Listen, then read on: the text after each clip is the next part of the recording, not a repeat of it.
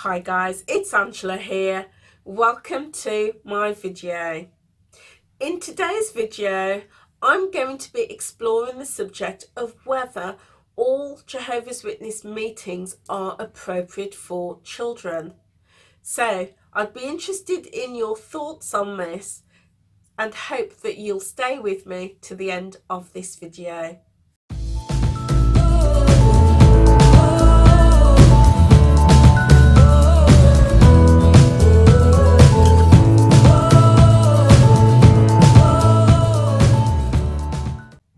I wanted to explore the subject of children attending and being involved in all the meetings of Jehovah's Witnesses.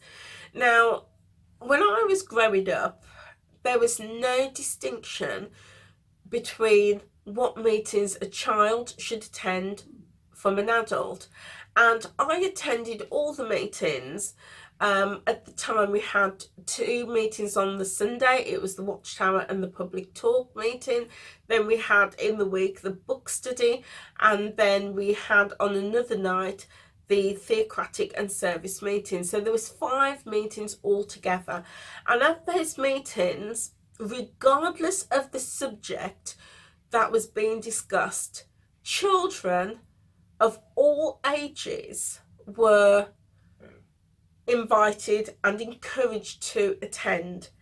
Now, after I left the Jehovah's Witnesses, a couple of years later, I started going to a different church. And what I noticed in this church was that part of the service was for family worship. So parents and their children would all be encouraged to stay and worship together. And then part of the meeting, part of the service, the worship leaders would take the children into another part of the church where appropriate levels of service were held for them. So there was a babies and toddlers group. Then there was a group for children between the ages of like 3 and 6 or something like that. And then there was a group for older children, probably from the age of about 8 to 13 or something like that. And children older than that were then encouraged to stay if the subject was appropriate. So in those meetings and in those different breakout groups, appropriate services were held and appropriate teachings and Christian teachings were held with the children. And I thought it was an excellent idea, because when I was growing up as a Jehovah's Witness, and I understand this is still the case now, there is no separation of meetings for the children and the parents. And whatever the subject is, that is what everybody hears, including children. So when I was born into the organisation, so my mother gave birth to me on the Thursday, and on the Sunday meeting we were back in the Kingdom Hall, and I grew up with for the first 22-23 years of my life, and as a child was exposed to some very detailed and graphic teachings that, now that I'm older, realise no way was that appropriate.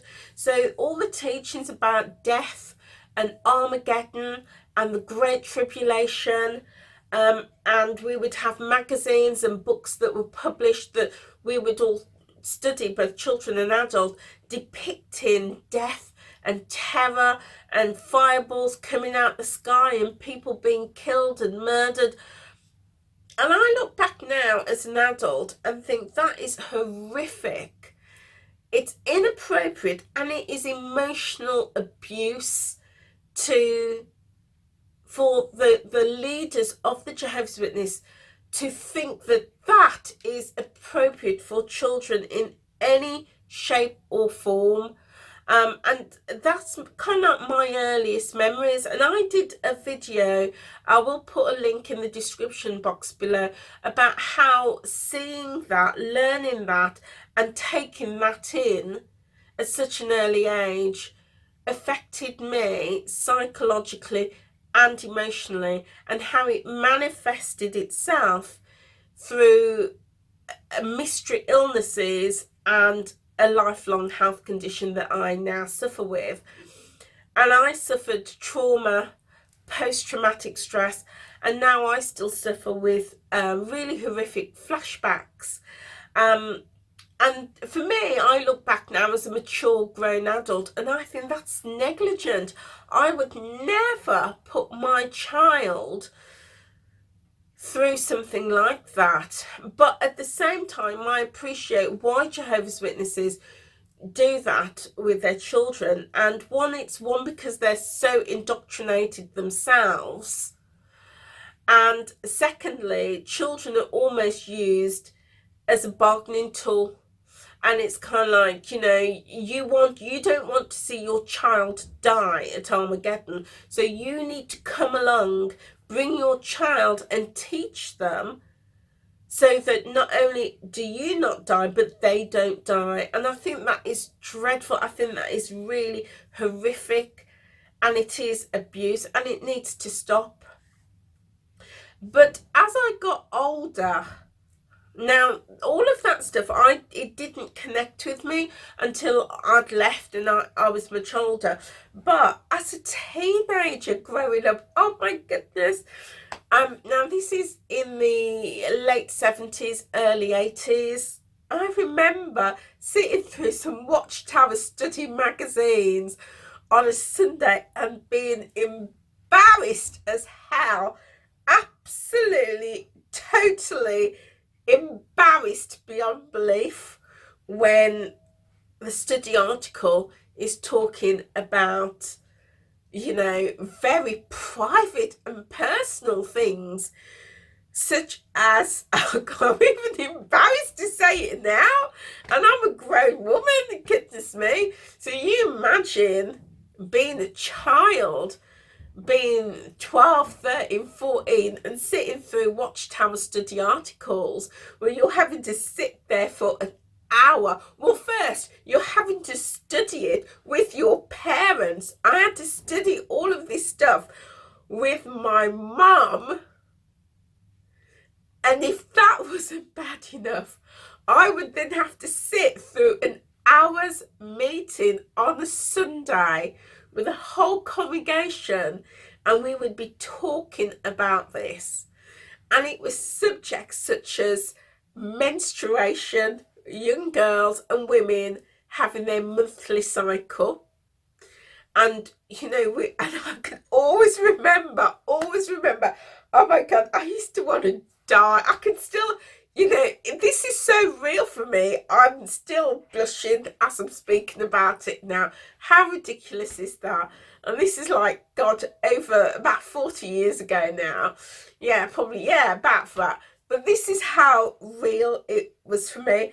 And I remember we had a couple of sisters in the congregation who were nurses, and they were qualified nurses, and then they became Jehovah's Witnesses. And I say that because Jehovah's Witnesses did not encourage you to go and pursue further education, but they were qualified, and then they became witnesses.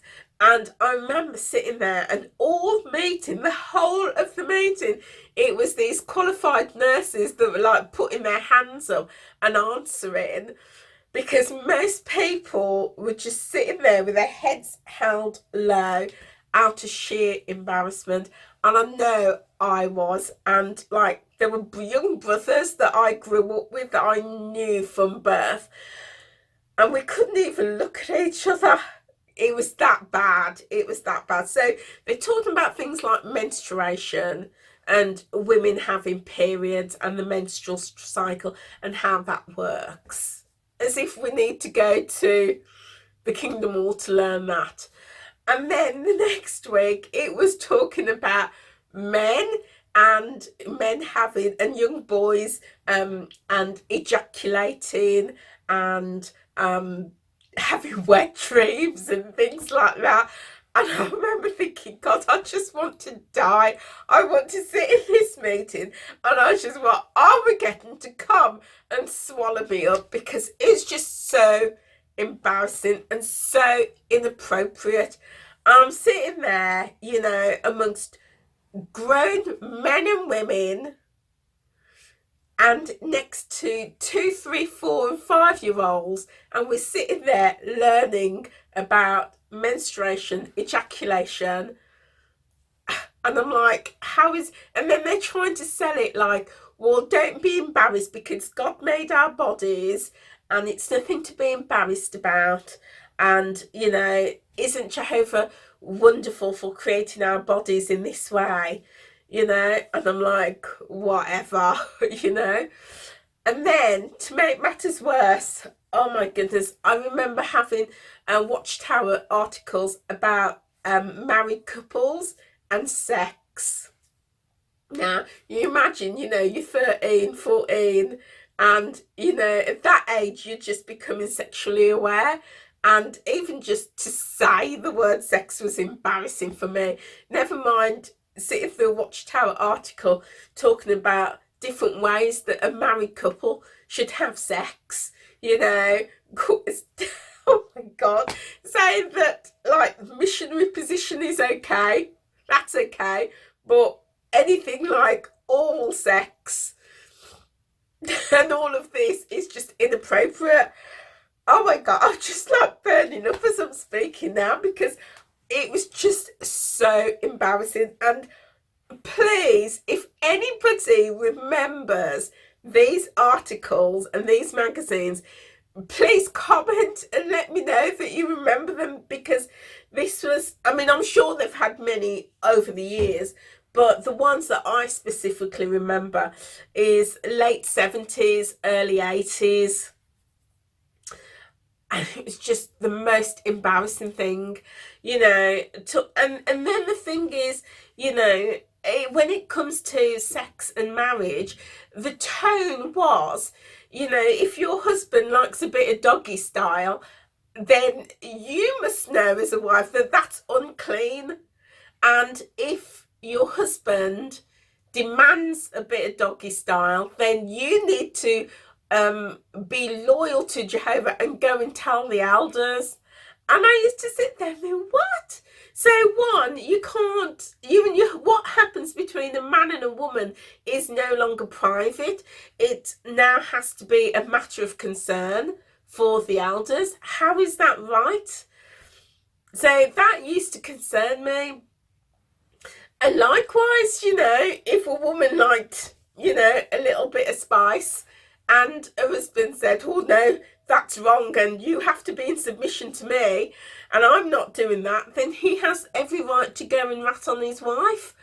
And I used to think, wow, this is just incredulous. One, that we could be sitting there in a meeting, a public meeting, and talking about these subjects.